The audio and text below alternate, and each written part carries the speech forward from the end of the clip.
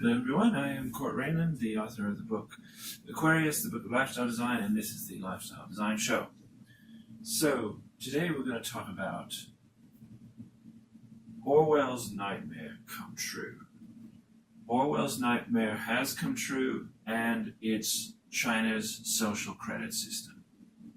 Now, people who are familiar with the book 1984 will know that Orwell described a society where people were re-educated, people were trained a certain way in a very surveillance type state, and they had, all kinds of reinforcing mechanisms in society to get people to conform at all costs to a government program. Right? You had the 2 minutes hate on TV. You had this mythical figure Goldstein out there, who's a supposed terrorist, right?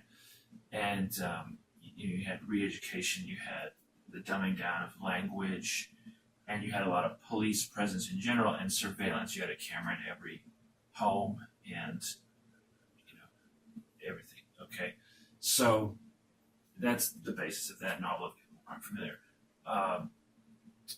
But few people, a lot of people feared it would come true. A lot of people thought of it as coming true in America. Some people thought UK, Germany, or other places.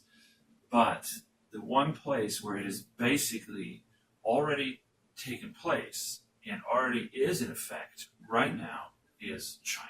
Okay, and I think it should be every citizen's duty around the world, just like those brave citizens who spoke out against the Nazis when they went after the Jews in the Second World War, to speak out against what China is doing, because what they are doing is essentially abusing their own citizens to the nth degree, to an inhuman degree. And the brainwashing has gotten so effective there that some, citizens even accept that this is, the government's right or responsibility to brainwash them and abuse them in such a way. The Epoch Times has an excellent series running, talking about, all the ongoing crimes of the Communist Party, including their first series of 9 commentaries on the Communist Party. And a lot of those things are very thorough in what has happened in China's history to make it arrive at this terrible stage. It didn't just get there overnight. There was this whole period, where communism infiltrated. Of course, we know communism is something from the West. It's from Marx. It's from France, and then through Russia into China. And it has had horrible effect on the Chinese people. The Chinese people before this time had a beautiful, wonderful cultural heritage, not at all Orwellian, very diverse, educated, intellectual, beautiful, artistic culture, everything about it. But this kind of virus, this parasite, if you will, from the West called communism managed to implement, itself in China, take root in China, infect the Chinese people, if you will. And since that time, China has been running all kinds of programs of dictatorship, whether that was their prison labor system or the way they persecuted a lot of minority ethnic groups over there, including the Uyghurs, Tibetans, Falun Gong, Falun Dafa practitioners, House Christians. A lot of people have been persecuted under China very terribly. But what I'm going to talk about today is not that whole history, which you can read about elsewhere, but this so-called social credit system. Now, a lot of people in the open design space and the Bitcoin space or the Ethereum space or the blockchain space, they talk about the need for credit or trustworthiness, right?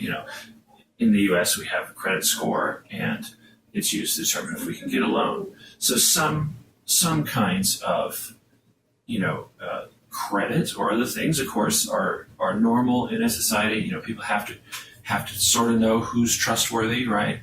Some forms of identification, other things are legitimate for people to understand who's who can be trusted, right? You have sites like the Web of Trust, scoring websites on their, trustworthiness in terms of, cookies and privacy and all these things. So some of that is legitimate, but the degree to which China has taken this program is way beyond what it ever should be in a normal, free society. Okay, for instance, if you have a low social credit score in China, you can be banned from taking public transit. You can be denied. Your children can be denied access to school. You can be denied a job. Now, this is, mind you, this is not for people that have actually been convicted of any crime. Okay, this is not felons. These are not people who've actually done anything wrong. Okay, these are people whose data has shown it's almost like Minority Report, right? It's like pre-crime, right? They're trying to figure out who's like a social misfit, right? And it can be something like, the system literally is a combination of algorithms and video cameras and other, high-tech piece of technology, AI learning underneath it all, deep learning underneath it all, and it's tracking, traffic cameras in the grocery stores, other forms of records, civil records and financial records, and facial recognition, of course, and a person's habits, where they shop, how they go out to party at night or don't, or whatever.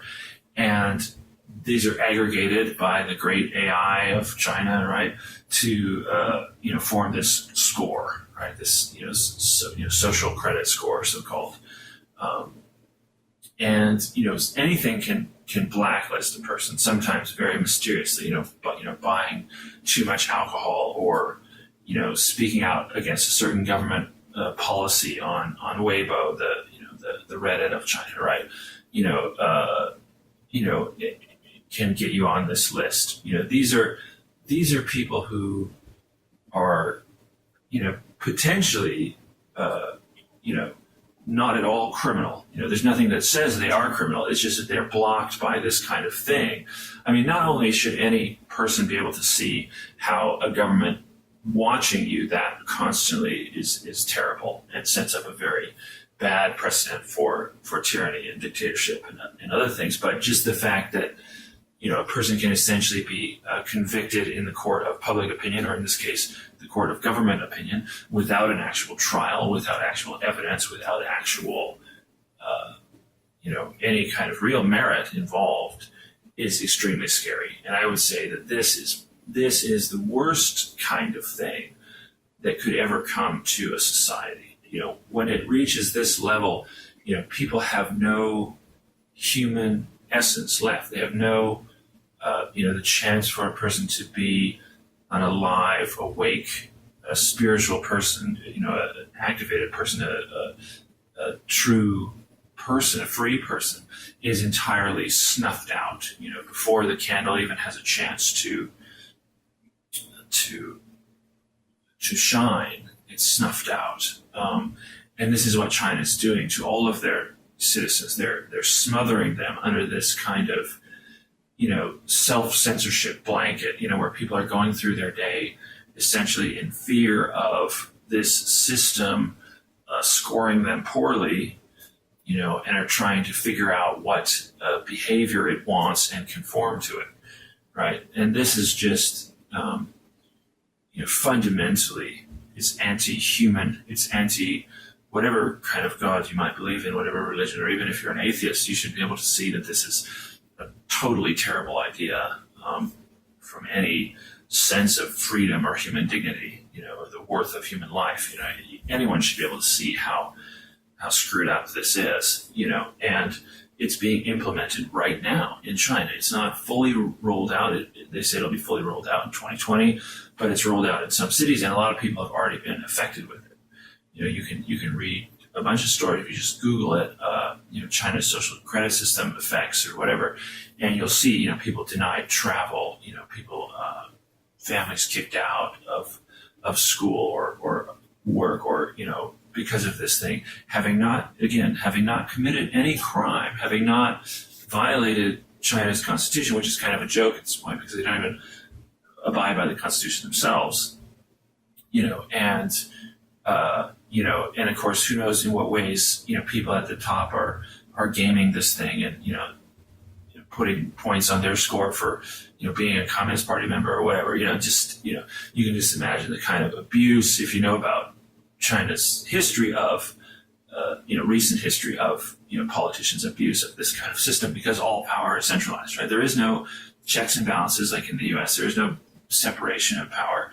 There is no real constitution that's actually enforced in the way that the U.S. Constitution is enforced, and it's just totally Orwellian, totally wrong, and everyone should step up and do something about it.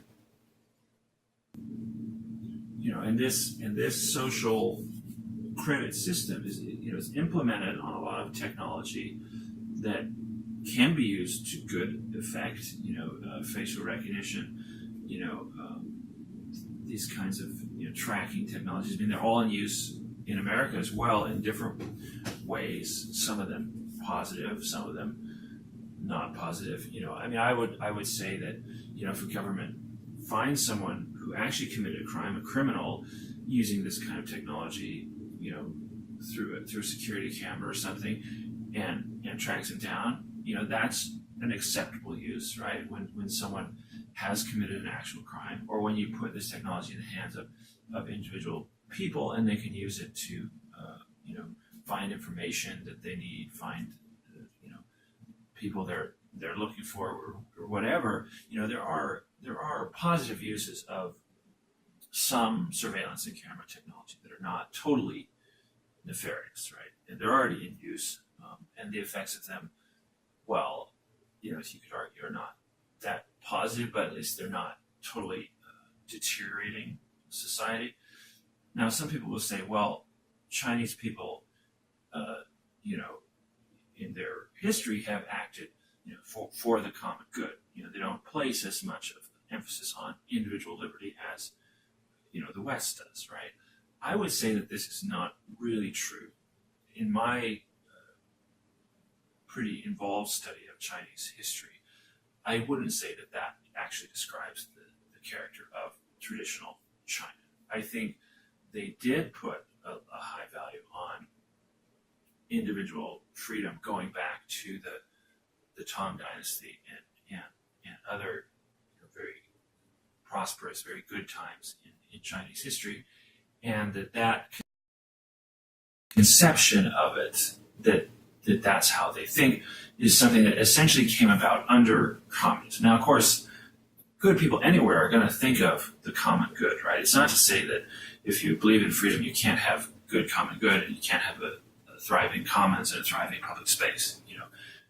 People who have read my book and other things will know that I do believe in a good, strong common space and shared goals and harmony among people, which, if you want to say that those are the Chinese values, you could also say that. But I think this conception that they have to give up personal liberty, give up rights to the government is a skewed, incorrect interpretation of Chinese history and culture. And I think it's put that way because it serves the interest of the ruling Communist Party. And they have a whole lot to gain from spinning it that way rather than not, right? So I encourage everyone listening to write about this, share about it with your friends, try and help your Chinese friends who may be falling victim to this kind of system. And let's see if we can, as a people coming together, like those brave people who resisted the Nazis, come together to resist the communist China and hopefully bring about a better type of government, whatever that is, in China for those people. Because they really are suffering a lot under it, to say nothing of the actual concentration camps and horrendous crimes, organ harvesting and other things that are going on. But at least those of us involved in the technological space, intellectuals looking at it, do something to help your Chinese friends who are, basically being smothered. their little lights are being darkened by this cloud of the social credit system in China, which, in my opinion, must go. It must be removed. It's a horrible thing, and it's nothing but modern day, enforced, tyranny and everything that goes with it. It's 1984. It's George Orwell's nightmare made real, and it should be stopped. Absolutely, it must be stopped. So this is Tor Rayland, and this has been the Lifestyle Design Show. I hope you learned a little something today.